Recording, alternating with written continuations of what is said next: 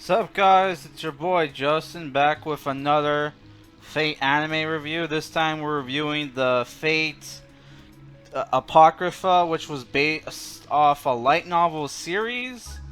Don't know by who, don't care.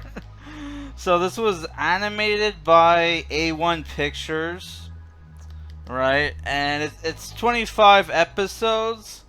And this series is on Netflix. It's a Netflix original series, I guess, or made with Netflix. And boy, am I conflicted with this this show, because it starts off really cool, and then it's like, oh my god, they just keep reusing ideas from the series. Like, can we get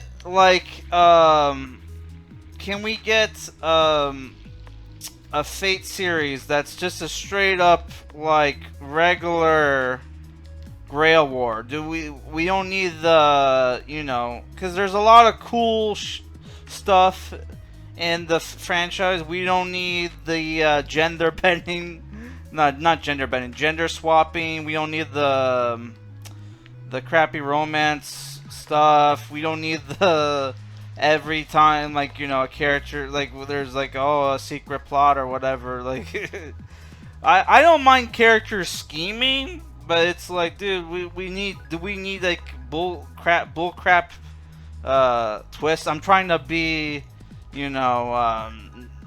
not shadow banned, because my last two videos have gotten really low views. The Lord Foulbane getting low reviews. I kind of get, because I said a shadow banned word, which is not illegal to say in my country, even though we don't have, yeah, we have, like, we don't have freedom of speech anymore. But like, yeah, the word I said wasn't illegal, so it's still shadow banned. Yeah. So I'm playing Star Ocean 6 in the background. If you can hear the button mash. So what? Okay, so the story for this Fate series, which confuses the fuck out of me, honestly, because it's like, is this a sequel? Is this like takes place in an alternate world? I read somewhere that this took place in an alternate reality. I have no fucking clue. So all we know, it takes place in a world, right, where there was like a bunch there's like the Grail Wars now take place all over the world, right? And there's a bunch of small, like, after like the third or fourth, I think it was the third Holy Grail War, right, which took place during World War II in Fuyuki City, right?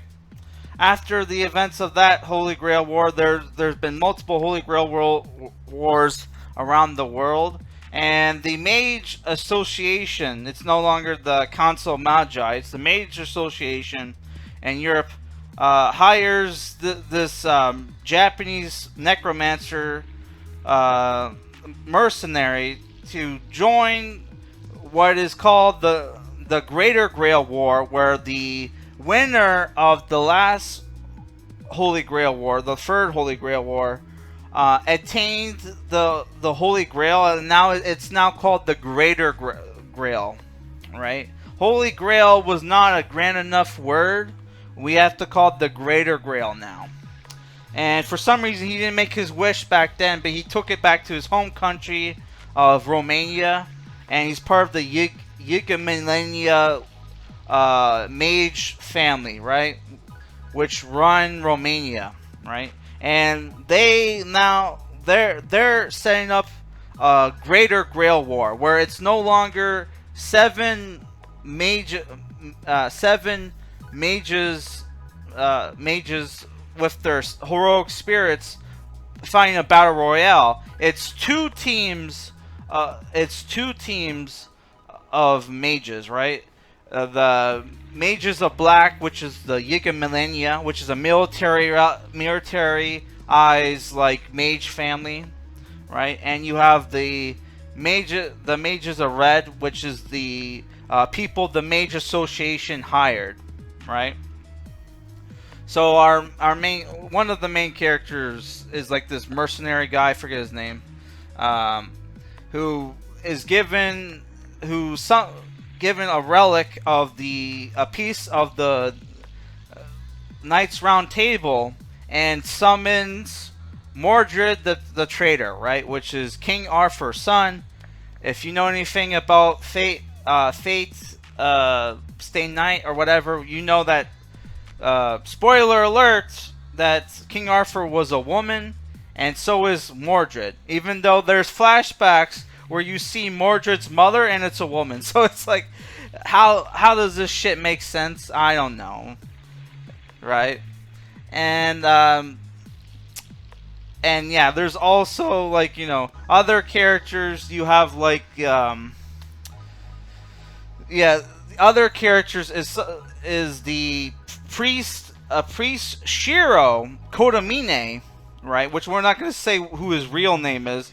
Who kind of looks like Shiro from Fate Stay Night, but is like a priest whose servant is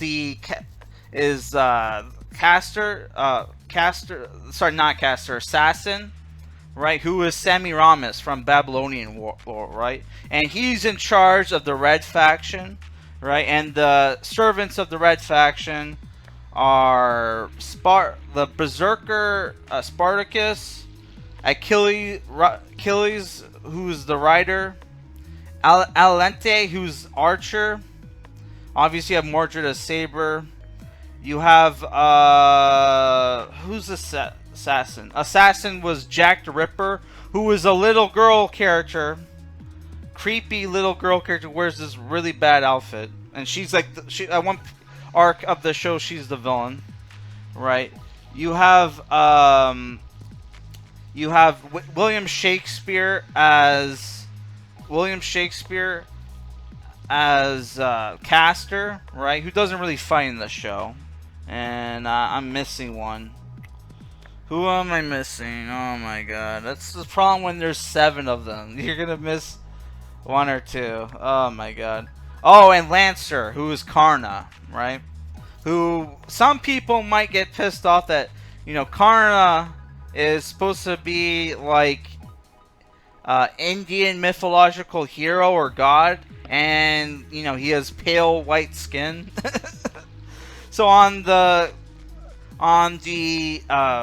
Servants of Black, you have Vlad the Impaler as Lancer, who's because he was summoned in Romania, is a hero. You have my favorite on the black side, which is Balmung, who's a saber. Not Balmung, Siegfried. Balmung is his sword. I'm so used to like, you know, the hack where like there's a character who's, you know, named Balmung and he's based off Siegfried, right? You have Ryder, who is Astolfo, one of the 12 heroes of Charlemagne, and spoiler alert, she turns out to be not a girl but a dude. Which is, there was these creepy like scenes with her master, who's a woman, and she's like, you know, like a femdom who's into girls, and like there's these creepy scenes where she's like, you know, licking like, you know, Ryder's stomach, and like, you know, has these sessions where she's, you know, fan service, right? And like, you know, Astolfo will leave and she's like, oh, master is so weird. Right? You have Archer, who is oh, I forgot his name, but he's like a Greek mythological hero who is like a centaur who's like known for training like the Greek heroes. I forget his name. You have a Visabron, who is the caster of like red, right? And you have Berserker, who is a gender swapped Frankenstein, right? So I'm not gonna spoil the series, but it's like, it's one of the things where they took elements of Fate Stay Night and Fate Zero And one thing I like about the show is the show, you know, most like the other Fate series, like Fate Stay Night, Fate Zero, took place in like Japan, right? Here it takes place in Eastern Europe, and the Eastern Europe locations look great. I forgot to mention that in this series, they finally have Joan of Arc as ruler. No longer is the Holy Grail Wars supervised by a member of the Vatican. It's now the Holy Grail summons like a hero called a ruler who doesn't need a master and can supply themselves with mana, right? And that ruler is Joan of Arc, whose job is to make sure, like, nothing weird is going, like, servants don't go out of control, right? Even though there's lots of times where she intervenes, right? When she didn't really need to, especially near the end, right? But like, but yeah.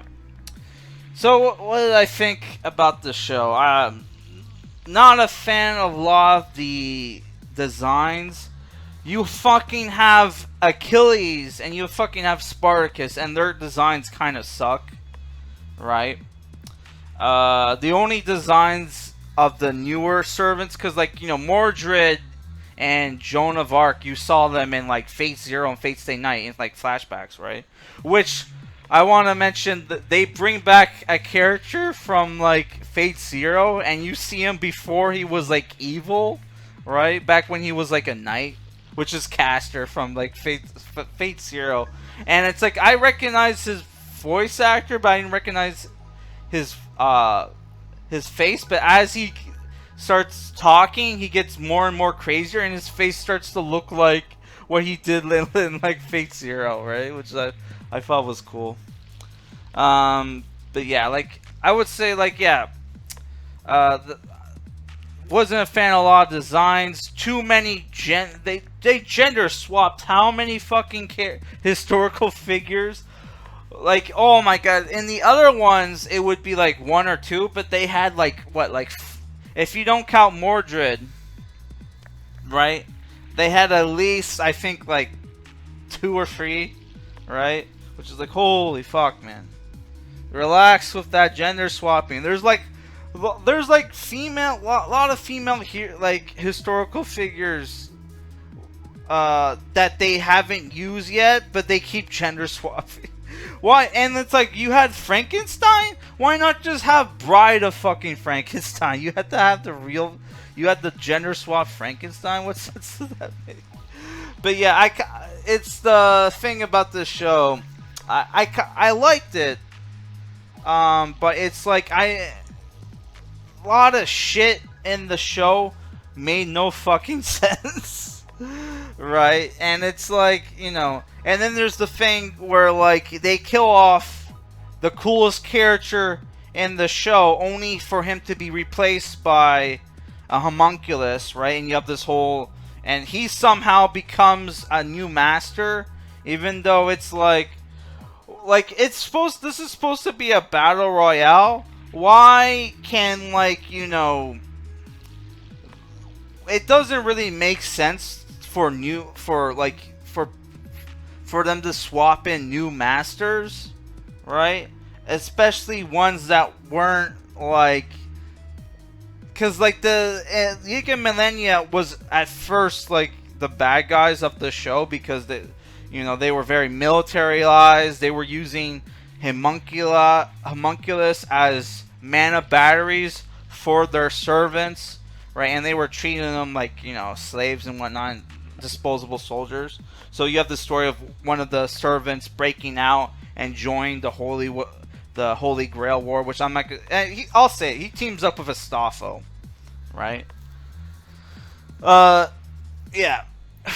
So what did yeah, I'll just get into like my, final thoughts. So overall, I liked it, but there was a bunch of bullshit that kind of didn't make sense. Like, and there's like a flashback to the third Holy Grail War, which was supposed to take place in like World War II, but you see one of the participants die, and it's the fucking patriarch of the Moto family, who was one of the characters from like Fate Zero. So it's like, and they one of the major associate people reference Shiro from fucking Fate Stay Night. So is this a sequel to Fate Stay Night, or does it take an alternate reality? I have no fucking idea. But if I were to give this show a rating, it's definitely better than the original Fate Stay Night. But like, also I forgot, like, the animation and like the final stretch of the show gets very weird, right? But yeah, overall I enjoyed the show, and yeah, I'm giving it a 6.5 out of 10. Peace.